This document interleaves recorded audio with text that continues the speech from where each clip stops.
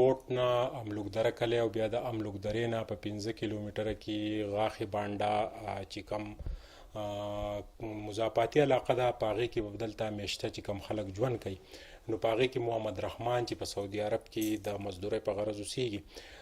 دوی د خاورو په کورونو کې دي خو چې د سعودي عرب جوماتونه ولیدل په هغې کې ایر کنډیشن او یخې اوبه او پنکې ولیدې د په زړه باندې یو ارمان و چې زه په خپله علاقه کې هم داسې مسجد تعمیر کړم چې هغه د دې جدید وخت د تقاضو برعکس وي د هغه خواهشات پوره شو د دې علاقې خلکو چې دغه مټیریل د فیملی په کومه طریقه راورسېدل څومره سخته په دې کې دې تېره کړه بل دا جومات تاسو وکتو چې په دې کې دلته کې بجلی نشته دلته کې داسې وسایل نشته خو په دې جومات کې د سولر شمسي توانایي په ذریعه باندې پنکې هم دي په دې کې یو ښکلی مجلس چې دی هغه هم د سعودي عرب کې چې کوم وي مهمانخانه هم رخ شوې ده او دلته کې چې دی واړه دینی سبق هم اصلي مدرسه پکې هم ده مونږ چې پکې کله مونځ کوو نو ته داسې محسوس شوه چې مونږ د سعودي عرب د ریاض په یو ښار په جومات کې یو نو دا د دوی ډېر یو لوی چې دی د دین سره د لګاو او د خپلې علاقې کومه مینه چې وه هغه د محمد رحمان پوره شوه محمد رحمان تعالی مبارکي درکوو په دونه لوی پراجیکټ باندې چې تا کمپلیټ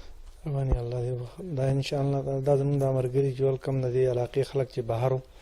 څه د هغو په تعاون سره هغه هلته خپل محنت وکړو څه د هغو څه دلته چې کوم هر سړي پکې خپل محنت کړی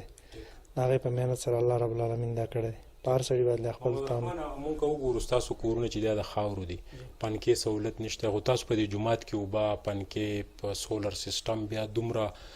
ښکلې نقشه نو کم مشران چې راځي د جمعې په ورځ خو بیا دلته ډېره ګڼئ په مانځه کې جی بالکل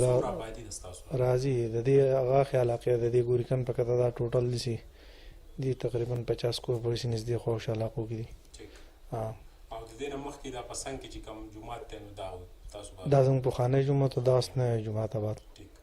دلته چې کوم میلمانه راشي یا ټورست راشي د جومات ته وګوري نو څه وایي د هغوی څه تاثرات دي دا مناره وګوري چې داسې ګر چاپېره وګوري هغه راشي د جومات ته راشي د جمعې په ورځ پکې ګڼی پکې کافي ګڼی پکې نو دا راته هم ووایه چې د دې جومات کې کم دلته ماشومان مونږ یو نو د مانځه نه بعد مدرسه پکې هم د سبق پکې او کته پکې لاندې اوس خو دا مصروفیات خونتي دا واړه ماړه ټول دي کارونه مانو ته دي لګوټي خو راځي د 50 پورې راځي شپېته پورې داسې د زنانه راځي بالکل جی کم ټورست چې دلته راځي د جمعې په ورځ هغه هم بالکل د دې جومات وزټ وکړي او د دې عکاسي هم د دې نه کېږي چې دا خلک په زړه باندې ډېر جمدي دي او دا چې دي د خپلې علاقې ترقي غواړي خو د دوی ته د حکومت د سپورټ ډېر زیات ضرورت دی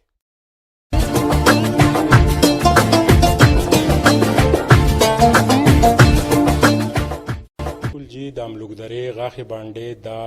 جدید طرز جومات پیش امام ساجد الله صاحب را سره موجود دی ساجد الله صاحب دلته کې څومره خلک مانځه ته راځي د جمعې په ورځ څومره آبادي ده دلته تقریبا 100 پورې کسان به دلته راځي او مدرسه پکې ده موږ سره تقریبا هلکان چې کوم دي د شپېتو پورې به فی الحال که نه اوس افتتاح ده او زنانه چې دي نو هغه به هم دغه 40 پورې فی الحال او دا راته هم استاد صاحب چې مونږ بهر دنیا کې لیدلي داسې جوماتونه په ریاض دوبۍ او دې ځایونو کې ستاسو په دې بانډه کې چې نه روډ شته نه بجلی شته نه بنیادي سهولتونه شته د جومات دا خواهش پوره شوی دی نو په دې خوشحاله جی ولې نه دا خو د الله رب العالمین خصوصي فضل دی په دې خلکو باندې او په مونږ باندې اوس الله سبحانه وتعالی دا په اعمالو باندې آباد کړي نو مونږ په دې باندې ډېر فخر کوو او مونږ په دې جومات باندې ډېر خوشحاله یو او بس د الله سبحانه وتعالی نه دغه دعا ده چې الله په اعمالو آباد کړي او دې کې چې کومه مدرسه ده الله سبحانه وتعالی ادام کامیابه کړي او الله تاسو له مجر درکړي چې تاسو دومره تکلیف وکړو دلته راغلی بالکل جی تاسو زموږ په سکرین باندې د غاښې بانډې کم پخوانی مسجد چې هغه هم وکتو او د دوی چې کم نوی مسجد چې د جدید سهولیاتو نه لیس دی هر قسم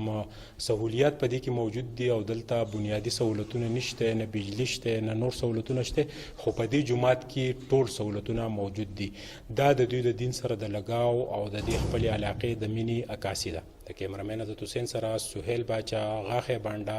املوکدره